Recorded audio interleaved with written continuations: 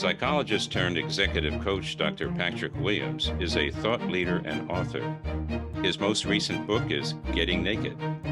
It's a roadmap to releasing limiting beliefs and uncovering hidden passions.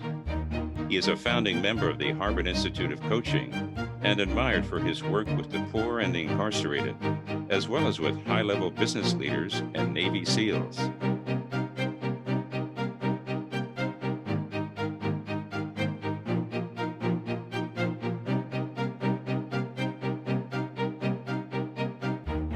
You are watching Profonde TV with host Phyllis Haynes. Dr. Williams, it is a pleasure to have you on the program. It is really a fantastic opportunity.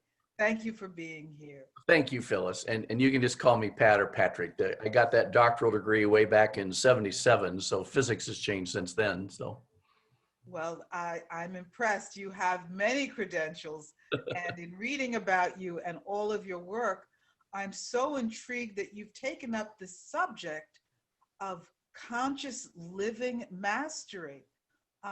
What is that about? You know, it's kind of a recircling to a little bit of history, because when I got my degrees in psychology, I avoided the Freud talk. You know, I was into humanistic psychology, Maslow, Jung, Carl Rogers, et cetera, that some people will be familiar with. And it was all about consciousness raising in the 70s. And then I got way for that, you know, got married, had kids, had to get a real job, and became a psychologist. And when I started revisiting what my doctoral degree was in, transpersonal psychology, I remembered my dissertation at age 27 was transpersonal psychology and the evolution of consciousness. Now, how heady is that for a 27-year-old? My consciousness was still evolving. But I've always been driven to say, if people can live beyond mediocrity, if we can get beyond the things that show our worst humanness and consciousness raises, the planet, families, relationships, businesses, everything will be better. And I've had experiences with, you know, meditation, yoga, different sorts of things that I experimented with over time, even psychedelics in the 70s. And all of that was an attempt to learn more about consciousness. So now I developed a course after 15 years of being a psychologist and 30 years of being a coach to call it Conscious Living Mastery. It's for coaches, therapists, or any growth seeker. But the metaphor underneath the program is based on my book, Getting Naked with Your Clothes On. So the metaphor is about being emotionally vulnerable, sharing at the right time, the right place, and the right person, so that we can not let what we're ashamed of, afraid of, or is unfinished business hold us back. Everybody hides something. And if you ignore it and bury it in your vault, it will metastasize. That's a profound observation. I guess you've seen this over time, that people have things stuck in a vault. Yeah. So people come to someone like you. Why does someone come to you? Or why would someone take the course? What would be their motivation? Well, my whole professional life has been about helping people realize more of who they are or who they can be. And then coaching started evolving in the early 90s, and I jumped on board and, in fact, helped build the ship a little bit. Coaching is a conversation, or any way a certain person can seek help from a trusting religious mentor, a psychotherapist, Uncle Charlie, if he's well-versed. But people need to have a conversation with a committed listener. There's a quote from a woman, I can't remember her name right now, but it's from a book, and it's every pain deserves a committed listener. Because if we just hold it inside, like I said earlier, then it grows. Now, it doesn't mean you have to do psychosurgery. You don't have to go deep in your past, or what I call personal archaeology. The past is past. Remember your story, bring it to the present. But if there's anything that still haunts you or pops up every once in a while, trust issues, afraid to live your dream. And it can be good stuff too, by the way, in what we call the shadow. Sometimes it's just things that need a light shined on it. So that's what I do. In my years of individual coaching, yeah, I could coach corporate execs, but eventually we got to, well, what's under the surface? What about your life? What about who you are?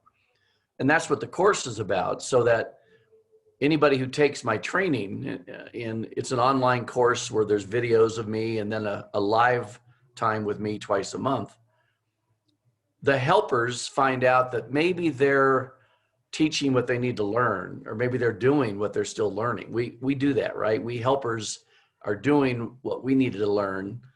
And so we might have some rough edges that need smoothing out. Like maybe you've had a recent loss. Maybe you got diagnosed with an illness and you're keeping that quiet. Maybe you have something from your past that you don't share with people. I mean, it could be good stuff too. Like I had this dream that I was going to live in Costa Rica and have this permaculture community, you know, or whatever it was. Well, why'd you give that up? And how can it show up in your life today? So it's about choice making, risk reward, but safety. You don't get naked everywhere, metaphorically. You have to be courageously curious of who you can trust, and then test the waters a little bit at a time. And your program is designed in this virtual time we're in. Yes. So someone can take this course on their own time, and they're not in a room with a lot of other people. This is Right. This is by themselves, interacting with you, interacting with the course material, correct? Yes. Lots of workshops and work pieces to do in there. And then if they want to, especially if they want to get credit as a coach, they have to come to at least 12 Zoom sessions with the other participants. Now, they don't have to talk, but you know, it's a Zoom call where they have an opportunity with me or one of my staff to go over their learnings and to learn to share, maybe in a breakout room or something like that. But just enough, you know, you don't have to share your whole story. You can share the Cliff Notes version. Well, you know, the word conscious is so interesting because your course is called Conscious Living Mastery, Mm-hmm. which also suggests that there are people who are living unconsciously. Yeah. We're going about our lives in an unconscious fashion. Is that an accurate statement? Yeah. And it's, you've probably heard the principles of when somebody's learning something new, they have a period of, you know, unconscious not knowing, and then they have conscious knowing, and then they have unconscious what they're learning. And then eventually at moments of when you're in the zone, you have unconscious mastery. Competence, it's called unconscious competence, conscious competence, but we're not always needing to be totally conscious. We do survive and thrive quite well when we've internalized a habit, like driving a car. You know, it's not like driver's ed where you look over your shoulder 4 times and think about shifting the car or whatever. Now, if you wanted to drive a race car all of a sudden, that would take a new learning. So conscious living mastery is finding those times when you can get to your present self, to be presence, which is a key component of coaching and helping professions, and find out if there's any self-reflection that points out something in you that is keeping you from being fully present and conscious, and then do something about it. You're not always there. I'm not talking about training people to be a realized guru sitting on a mountaintop and chanting. You know, I don't want to live that life. I have to live in the everyday world. You know, Patrick, knowing a little bit about you and looking at your credentials, you're someone who could have easily walked into a C-suite and been a CEO of a major corporation or on several boards, et cetera. What made you choose a helping profession? What was it about you that put you in this line of work? That's interesting because when in my course and in my book, I tell a story about even at an early age of adolescence, I had some experiences at my Methodist Youth Fellowship, church camp, but opportunities where you learn to share just enough, not deep, dark secrets, but learn to, as a young boy becoming a man, to learn that sharing emotions were okay. And I had a dad that taught me that too. He wasn't the father you hear about that says, boys don't cry, stiff upper lip, all that stuff. It was allowed to have a range of emotions as a kid in sports or getting hurt, breaking up with girlfriends, whatever it may be. So I learned the value of having a trusted listener. And then I think the other answer to your question is I did some corporate work. I mean, I, out of college, got married at age 22 and went back and worked for Hallmark Cards for a year in their Crown Center project in Kansas City. And then I worked for an investment company that owned shopping centers, and I sold life insurance for a while. I hated it. I hated the chatter of where you bought your wife her expensive fur coat or what Jaguar were you driving. I just wasn't into the appearance of being an executive. I wanted instead to be more of a impact in one-on-one and small groups. And then I created courses so that more people could do what I could do and influence more people that way. I was just a natural helper. I learned early on in school, I was an okay athlete. I lettered in track with pole vaulting. I stood on the bench in basketball. But I found out I was a leader. I found out I was class president and student body president and speaker at leadership things. So I learned that very quickly, but I didn't want to be a leader in an office and be contained. I've been self-employed for 35 years. So I have a good boss, me. Are you a good boss of Pretty bad retirement plan, but what are you going to do? Are you a good boss of yourself? Do you find working alone? So many people are, during the pandemic, are finding that they have to work in an isolated situation. Are you effective in this environment? No, it's actually amplified now. I said earlier, I suffer sometimes from a lonavirus. Because when I had my coaching practice, my business early on, and then I had my coaching school, and even in writing my books, they were done with other people. It was a collaborative effort. Even though it was done by telephone or emails back and forth, I've never had somebody in my office, but I had lots of collaborators way before Zoom became popular. I mean, to tell you the truth, if I'd bought Zoom stock, wow, man, I would have been happier. But so I don't like, I separate the distinction between being alone and being lonely. I don't feel alone because I have so many colleagues over the years I could reach out to, but they live all over the world. I can't drive down the street and see them. And now that I've moved back to a community that I lived in for many years, I'm reconnecting with Rotary and some volunteer things. And then that all stopped. We're not having meetings anymore. We're meeting virtually. That's getting really old. So I don't discipline myself. I don't wake up in the morning and organize my office as well as I should. I'm working on repurposing, not retiring. That's the word I use now. I always have to have something purposeful, but no, I don't do good alone. I don't mind having a home office, but I need collaborators, compatriots. Without naming names, are there situations that you can share with us that have to do with people you've taken through a journey to a more conscious way of being? Someone who's been working, or people who've worked with you. What kinds of experiences can you share with us? Yeah, well, there's a couple of stories that's in my book called Getting Naked that always come to mind because it's what prompted me to want to write the book and teach about the metaphor of getting naked with your clothes on. I had an older woman when I moved back to Colorado who came to me, and she was about 70, my age now. And she heard about me and wanted to come do kind of retirement coaching or ages and stay. I mean, her husband had died 3 years before. She was on her own. She just wanted to find what's her life about now. So she worked with me for a few weeks. And when I asked about some of her loves from the past, not people, but things, activities, she always wanted to be a dancer. Well, I said, well, how does that play a part in your life now? She laughed. She said, are you kidding? But so the short story is that I asked her, well, do you go to dance recitals? Do you watch dance? Do you go to the Colorado Ballet? Where is dance in your life? She goes, well, I love it, but I want to do it. And I said, well, what's stopping you? I mean, I didn't have any answers. I just said, what's stopping you? So fast forward, she ended up finding out about a dance class that encouraged all ages. It was just dance for fun, right? Dance for exercise.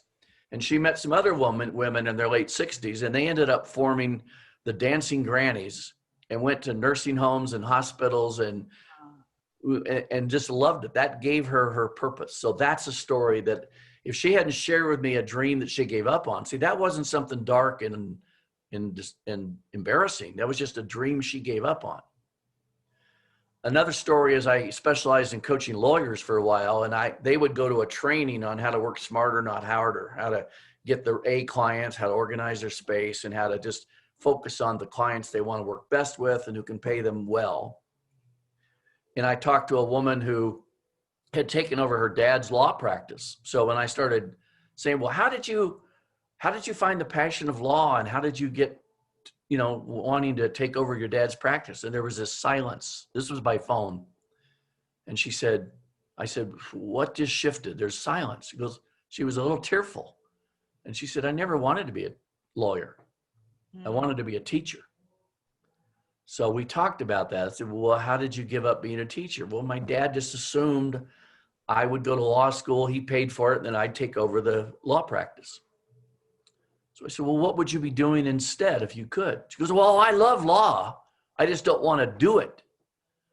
And so somehow the question came up, well, can you teach it? And so she ended up getting a teaching job at a law school and had never been happier.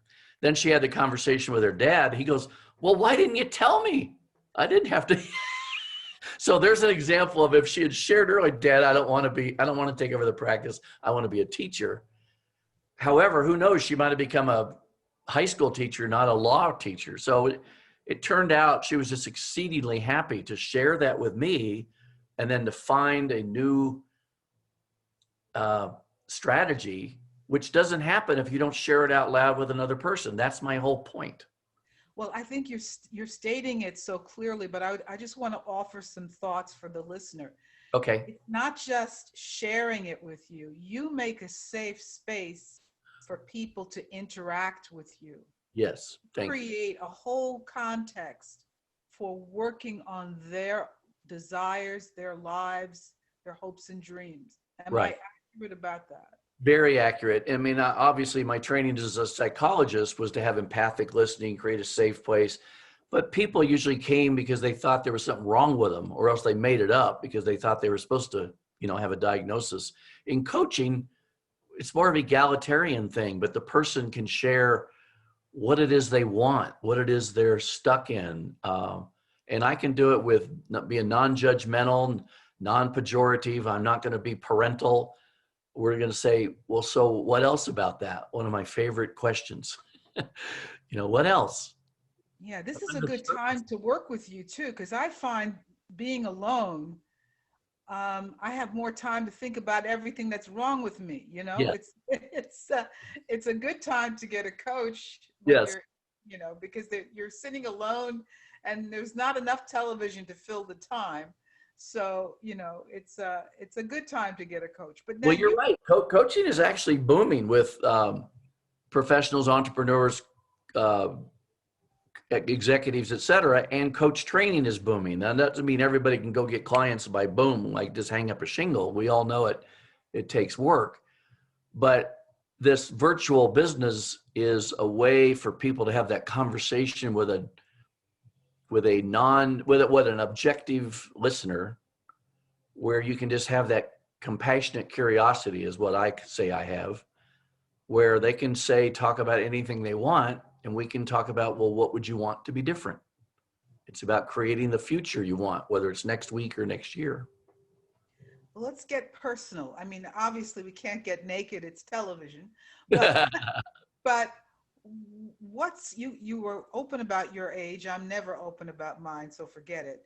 But what what's in store for you? What would make what are you aiming for now? It doesn't sound like you're retired at No, all. no.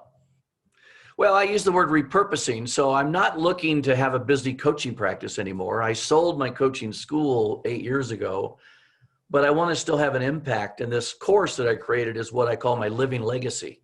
It's really what I've learned my whole life and has an opportunity to be transmitted to other people. But what I'm also about is taking care of myself. So I've put on a few pounds in this COVID crisis because I eat things I wouldn't normally have eaten, and I have food delivered, and this and that. So right now I'm working on with a trainer, with a course, my own personal vitality. I joke with my daughter because I look at my retirement portfolio and I said, since I had to redo the kitchen, now I can only live to 88. I can't live to 90. I joke about it, but I want to live as long as I'm upright and vital and can do things. I don't care what the age is, but I don't want to be sedentary and decrepit. Hmm. Um, You just played a whole 18 holes of golf recently. well, yeah, we did talk. Yeah, yesterday I actually walked 18 holes. My Oh feet my hurt a little gosh. bit at the end because I'm 2 years past a knee surgery that's still getting stronger, but it was fun and it was a hilly course.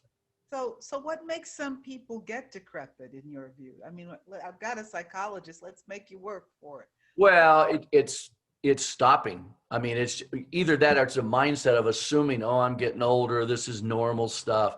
No, no, no. You don't even have to go to a gym. Just do what the ancient people used to. Every once in a while, pick up something heavy and carry it around. Go out and chop a log. Go walk up and down stairs. Eat relatively healthy. I mean, even Socrates said everything in moderation. So you can go to one of those fast food restaurants occasionally, but don't make it a habit. It's